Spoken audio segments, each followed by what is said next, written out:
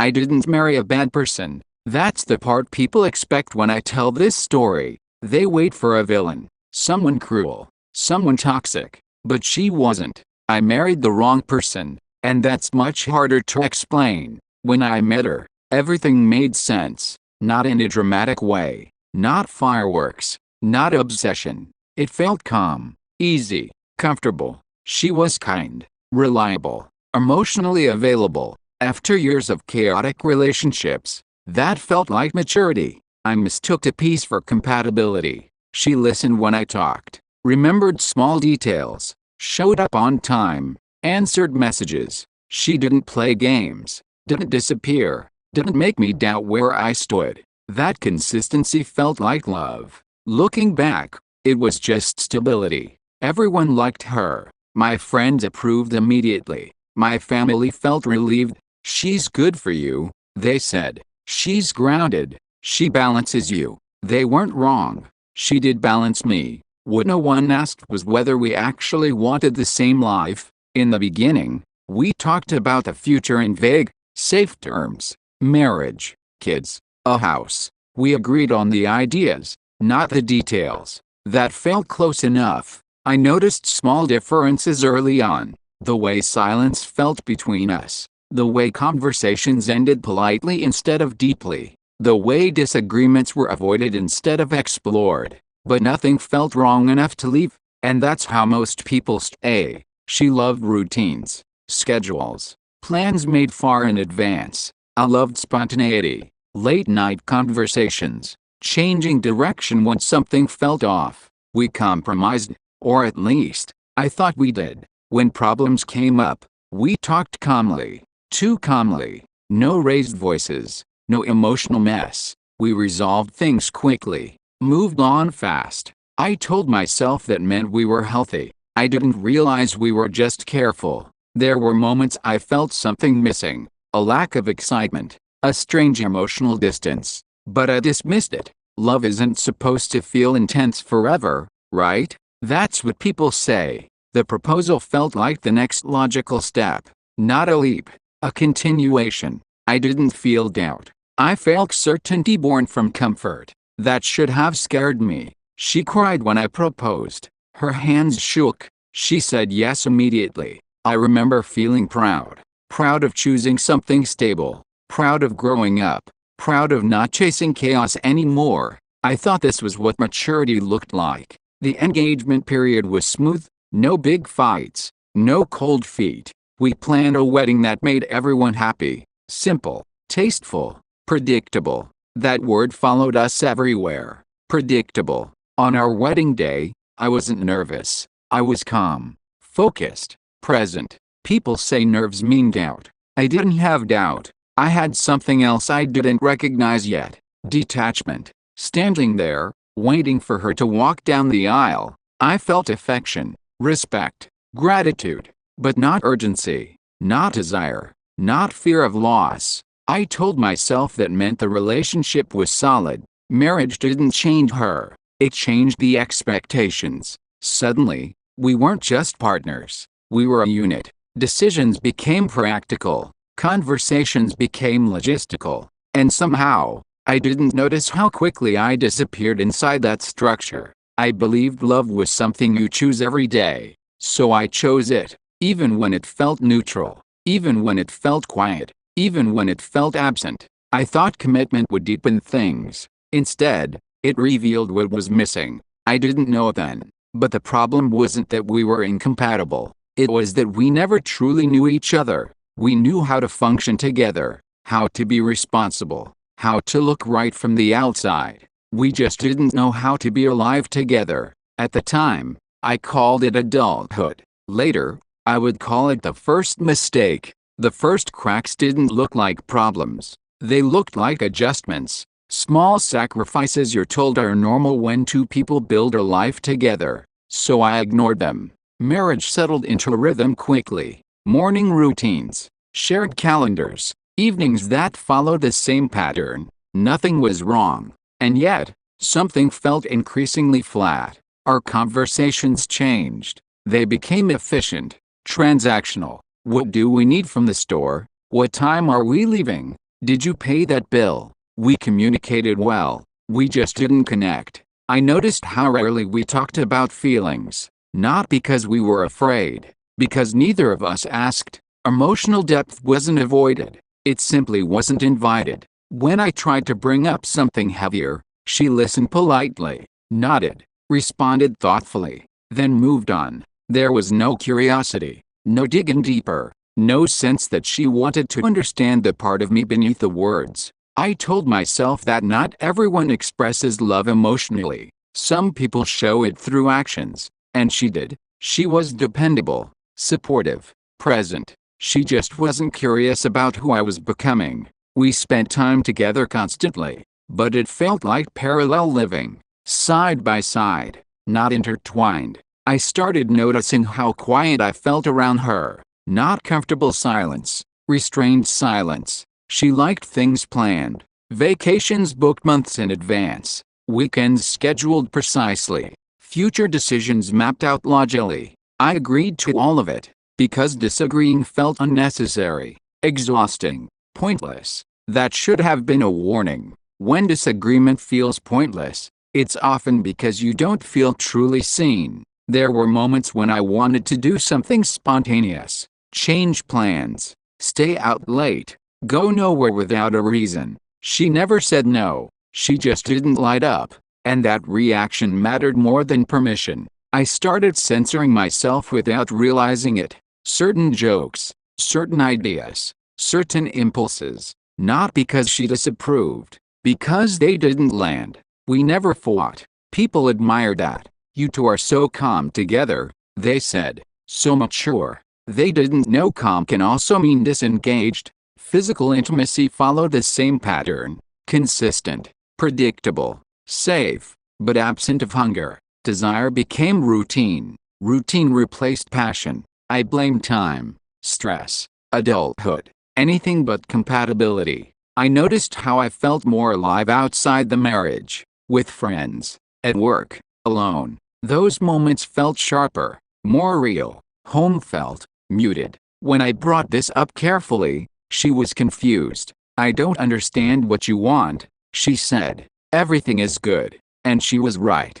Everything was good, just not right. I began questioning myself. Was I unrealistic, unappreciative, addicted to intensity? Maybe this was what grown-up love was supposed to feel like. I thought about all the people who would kill for this stability. A loyal partner, a peaceful home, a predictable life. Who was I to want more? So I adjusted. I leaned into responsibility, into routine, into obligation. I convinced myself that fulfillment would come later, after milestones, after achievements, after time. But the emptiness didn't fade. It spread, quietly. I realized something unsettling. I wasn't choosing her every day. I was choosing not to disrupt the life we had built. The problem wasn't one big flaw. It was 1,000 small moments where I didn't feel fully present, where I felt like a version of myself designed to fit.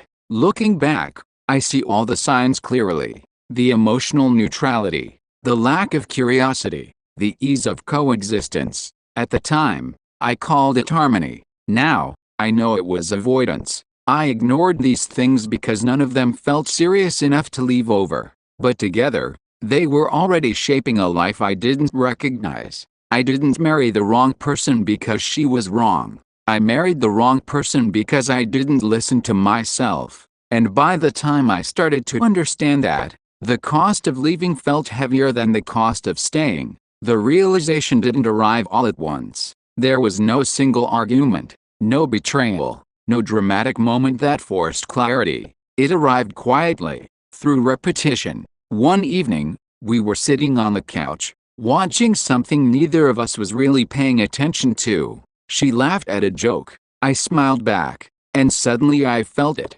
Distance, not physical, emotional, like we were reacting at the same time, but not together. I started noticing how often we filled space with noise, TV, phones, small talk, anything to avoid silence long enough for something real to surface. When I asked her how she was feeling lately, she answered honestly. Good, she said. Busy, but good. That was always the answer. There was nothing underneath it. I tried again weeks later. Asked you if she felt fulfilled, if she was happy with the life we were building. She looked confused. Of course, she said. Why wouldn't I be? That question exposed the gap between us. She experienced life through structure, goals, milestones, checklists. I experienced life through feeling, connection, meaning, depth. Neither approach was wrong, but they didn't meet. Marriage amplified that difference.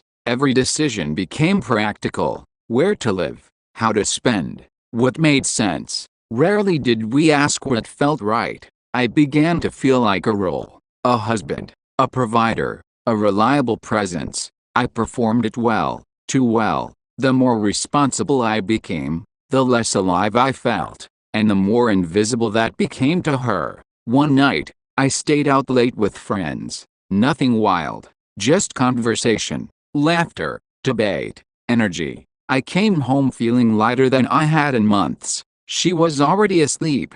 I stood in the kitchen, realizing something painful. I felt more myself away from my marriage than inside it. That thought scared me, so I buried it. We went on vacation shortly after. Everyone said it would be good for us. A reset, a break from routine. It wasn't. We did everything right. Nice hotel, good food, relaxing pace. We took photos, smiled, looked happy, but every moment felt rehearsed, like we were playing the version of ourselves people expected. One evening, sitting by the ocean, she said something casually. I like that we don't have drama, she said. That we're easy. Easy. That word landed differently than she intended. I realized then that ease was her priority, and depth was mine. There was no way to reconcile that without someone losing something essential, and I knew exactly who that would be. I began imagining a future, not leaving her, not staying, just years passing, routines solidifying, roles hardening, me shrinking quietly. The scariest part wasn't unhappiness, it was numbness. I tried once more to explain, carefully, gently, that I felt disconnected. That something felt missing, that I didn't feel fully seen. She listened. Then she said, I don't know how to fix something that isn't broken. That sentence ended the conversation, because from her perspective, nothing was broken. From mine, everything essential was. That was the moment I stopped hoping things would change. Not angrily, not dramatically, just realistically. I understood then that marriage hadn't changed us. It had revealed us. We weren't growing together. We were maintaining something that looked right from the outside. I didn't marry the wrong person because she failed me. I married the wrong person because I expected marriage to create depth that compatibility never provided.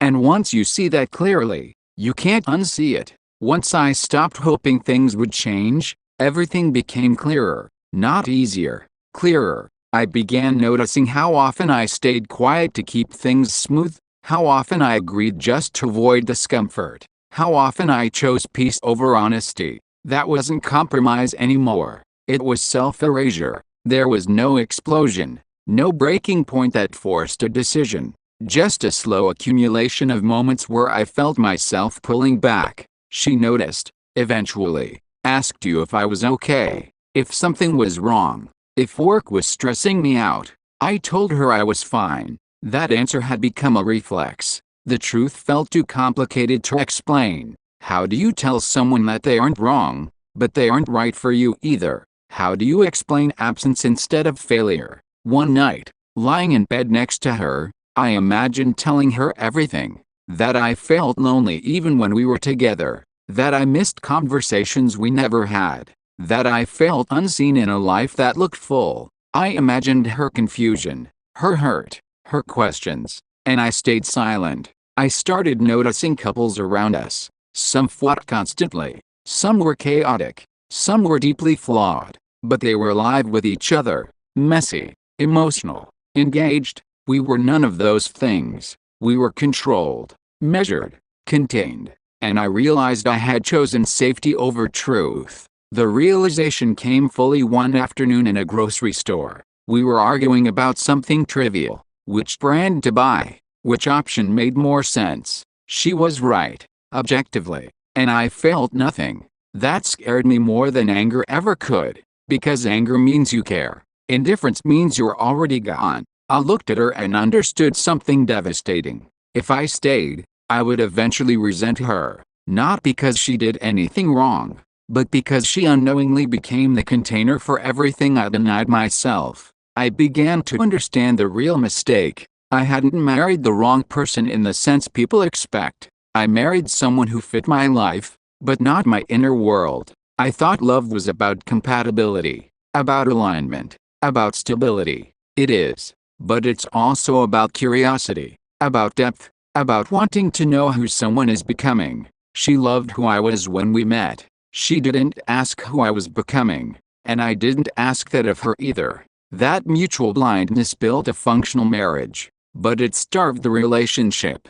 The hardest part was accepting that leaving wouldn't make me right. It would just make me honest. I realized then that staying wasn't neutral. It was a choice to keep things intact at the cost of my own interior life. I began asking myself a question I couldn't escape. Was it kinder to stay and slowly disappear, or to leave and cause pain now instead of numbness forever? There was no good answer, only a true one. And once I saw that clearly, I knew I was already standing at the edge of something irreversible. I didn't leave immediately. That's something people rarely admit. Clarity doesn't create action overnight. It creates weight. Once I understood the truth, I carried it everywhere. In conversations, in routines, in the way I looked at her and felt. Responsible for the life we built, for the promises we made, for the future she believed in. I watched her plan years ahead, talk about trips, about milestones, about a version of our life that felt complete to her. And every time she did, I felt further away. Staying became an act of performance. I showed up, I participated, I smiled at the right moments, but inside, I was gone. People talk about leaving as this selfish choice. They don't talk enough about staying without honesty, how it slowly hollows you out, how it turns love into obligation, how it teaches you to live half-present. I started feeling like a guest in my own life, someone who followed the rules, paid the bills, played the role well enough not to raise suspicion. She noticed the distance more clearly now, asked what was happening, asked you if we needed to talk. I nodded. I delayed. I avoided. Because once you name the truth, everything changes. The final conversation didn't happen in anger. It happened quietly, on an ordinary evening, after an ordinary day. That's how most endings actually begin. I told her I was unhappy, not in an explosive way, not accusing, just honest. She looked shocked, then hurt, then confused. She asked what she had done wrong. That was the hardest question, because the answer was nothing. I told her she was a good partner, that she had done everything right, that the problem wasn't effort or loyalty. The problem was fit. She didn't understand. How could she? From her perspective, the marriage worked, and that's what broke my heart. Leaving felt cruel. Staying felt dishonest. I chose the kind of pain that didn't require me to keep disappearing. The weeks after were heavy. Not dramatic, not freeing, just quiet. I grieved the version of myself who thought love was something you grow into by force of will. I grieved the life we planned, the stability, the certainty. But slowly, something else returned. Presence. I noticed how my thoughts felt sharper, how conversations felt real again, how silence no longer felt crowded. I don't regret marrying her. I regret not asking harder questions sooner. I regret believing that comfort was enough, that compatibility could replace curiosity, that commitment alone creates connection. If you're listening to this and wondering whether you married the wrong person, I won't give advice, but I will say this. Pay attention to what feels absent, not what's broken, not what's dramatic, what's quietly missing. Love doesn't have to hurt, but it does have to feel alive. And if it doesn't, no amount of responsibility will bring it back. I didn't marry a bad person. I married the wrong one. And learning that changed everything.